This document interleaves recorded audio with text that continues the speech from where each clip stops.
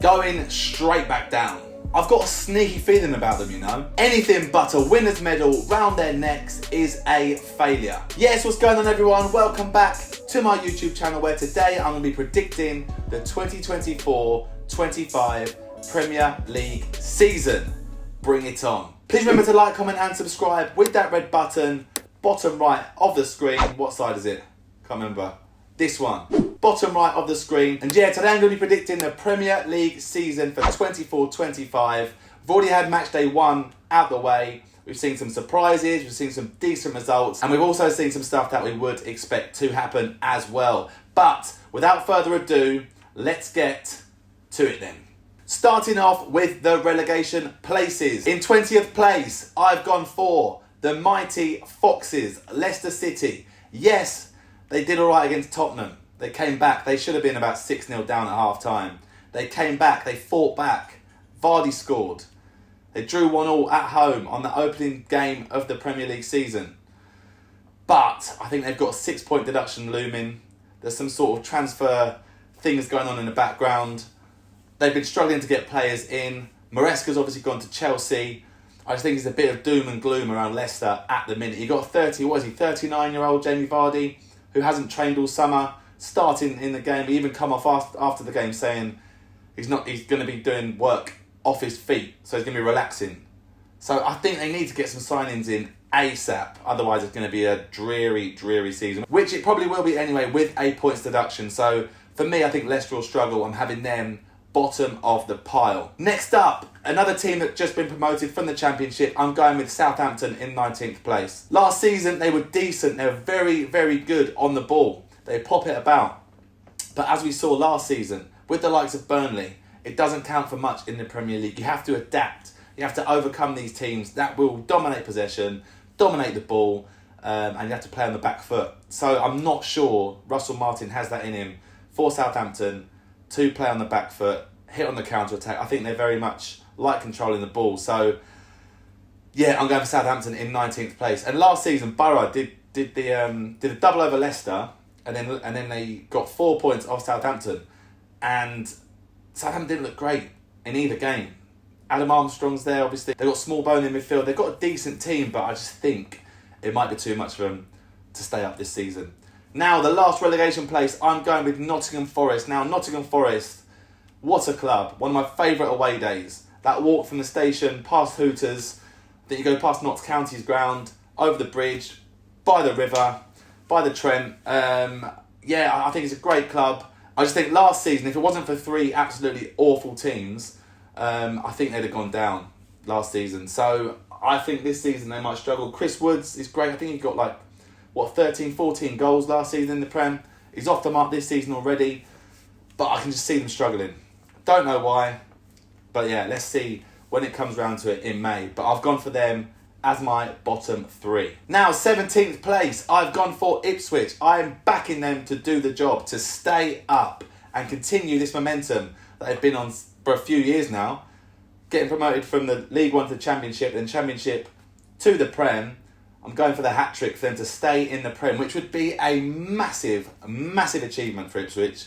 Proper club, proper fans. They were down in the dirt. They had some horrific seasons in the Championship, battling at the bottom. But I'm going to back them to stay up this season. Made some good signings as well. And Portman Road, when it gets rocking, is a decent atmosphere. They could be that 12th man. So I'm hoping for them to do the business and stay up. I hope to God that it's not the 3 teams that come up go down again. Because the gap between the Prem and the Championship is becoming absolutely huge with all these parachute payments and whatnot. So it's going to keep being Leeds, Leicester, Southampton, Burnley, Norwich, up and down, up and down, up and down. So I'm hoping that doesn't happen. But I'm going to back I'm going to back Ipswich to stay up. Just in front of them, Bournemouth, who I think will struggle this season. They hit some serious form last season. Solanke was on fire, but obviously now he has gone to Tottenham in a big move. I think they'll struggle, but I think they will beat the drop. Now, Brentford. Since that whirlwind season when they got to the Premier League, they've been on a bit of a decline. Tony's going to be off. I can see them also struggling. I think last season, compared to the season before, they got 20 less points last season. And I can see them struggling again this season. They're going to get results here and there. We know that. They beat Palace at the weekend in the opening game. They are a decent team. The core is decent. I can just see a few results not going their way and then being sort of in and around the relegation area March, April, but then pulling away back into the season when the others really get into the rubbish. So, yeah, Brentford to struggle, but not to go down. And then in 14th place, I've got Fulham, decent manager, decent squad, probably a decent position for them, probably where they should be, trying to push into that top 10, but I think the top 10 teams this season, maybe a top 11, 12, will be too strong. But Fulham should have no issues in staying in the league. And then Everton, who for the past few seasons have been right down in the rubbish with a real possibility of going down, but they always find a way to get out of it. I think it'll be more comfortable this season, but I do think they'll be in that bottom half. But Sean Dyche knows how to keep teams in the Prem, and I think he'll do exactly that with Everton this season. They've obviously lost Onana as well, who's a massive, massive blow for them. But their team isn't that bad. If Calvert-Lewin can start firing, I think they should be absolutely fine. Now, onto the teams that will be pushing for that top 10. In 12th, I've gone for Brighton, who have lost De Zerbi. New guy's come in, not even going to try and pronounce his name. First win in the opening game of the season. They're currently top of the league. But for Brighton, how long can it go on?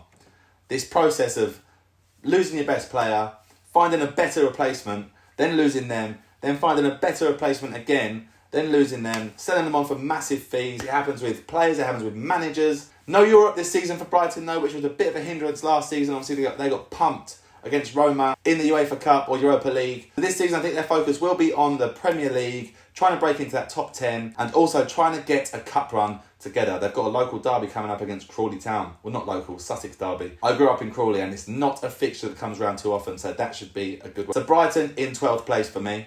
Next, 11th, top of the bottom half. I'm going with Wolves. Decent manager in charge. He showed last season what he can do.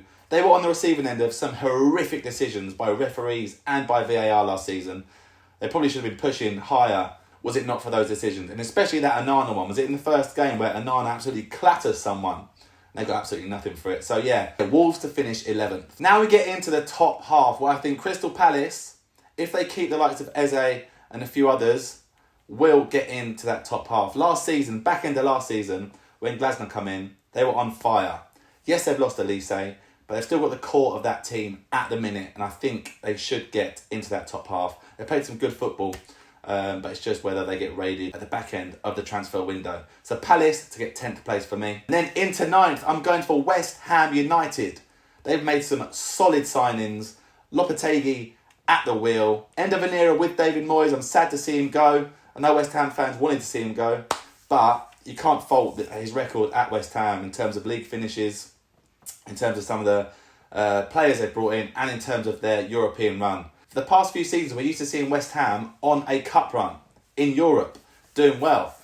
So yeah, sad to see Moisey go, but I think new guy at the helm, Lopetegui, he's been in the top jobs, hasn't lasted very long in the top jobs, by the way, but I think he should do a decent job at West Ham this season and get him into the top half. 8th, Chelsea. How many players are on Chelsea's books at the minute? It is crazy. There's all sorts of stats flying around about Todd Bowley spending 1.5 billion in his first, year and a half, is it? Absolutely crazy. Mental. Ridiculous. Their squad is absolutely huge. Maresca's come in, lost against City in that opening game. It just seems a bit of a circus around Chelsea. Even the Mark Cucurella thing. Giving it about Haaland at the Euros, and then Haaland goes and bodies him and scores and leaves him on the floor. Like, don't do that type of stuff. As a professional, it'll always come back and bite you in the arse. But yeah, at Chelsea, I feel like it's a bit of a circus at the minute. I think they will get into the top half. Back end of last season under Pochettino, they did really well. They put some form together, whereas at the start it was all doom and gloom, obviously. So yeah, Chelsea to get 8th and just miss out on those European places. Into 7th, Newcastle. Obviously no Champions League to contend with this year. That was a bit of a distraction last year, and they were pretty unlucky not to go through in that group of death with, who was it? PSG, Dortmund and AC Milan. They were a handball away from going through. I can't remember who it was. Who was it that handballed it that they got given against them?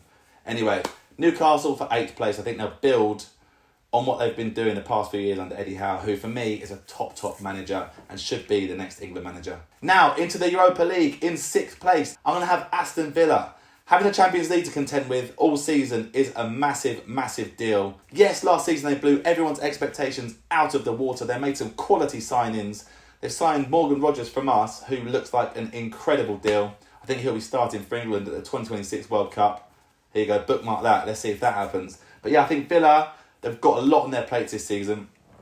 Emery, top manager, but the pressure of last season, trying to build on that in the league whilst maintaining a decent Champions League run, is a lot to ask. We saw that with Newcastle last year. So I think Villa will still be there or thereabouts, but I think they'll just miss out on the Champions League places and they'll probably come, where we put them, 6th. So yeah, big season for Villa incoming. Into 5th, Tottenham Hotspur.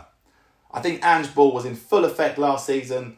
I had Tottenham in the Champions League spots until the other day when I watched Tottenham against Leicester and it was just so Spursy. I thought it's going to be another Spursy season for Tottenham. I backed them to go into the top 4, but watching that, they should have been 6-0 up at half-time, missed a load of chances. Then what happens? Leicester come back, Jamie Vardy downs a load of red ball, gives it to Bigham, and they end up drawing 1-1 in a game which they should have 100% won. So for me, Tottenham to get 5th place. Now, into the Champions League spots. 3rd and 4th, take your pick, either or. The big rivals, Liverpool or Man United. I think Man United, under Ten Hag, have had a decent few seasons. In the league, it's been, we all know what's happened in the league. Always headlines, Ten Hag, has he been sacked? Is he going? Is he not going?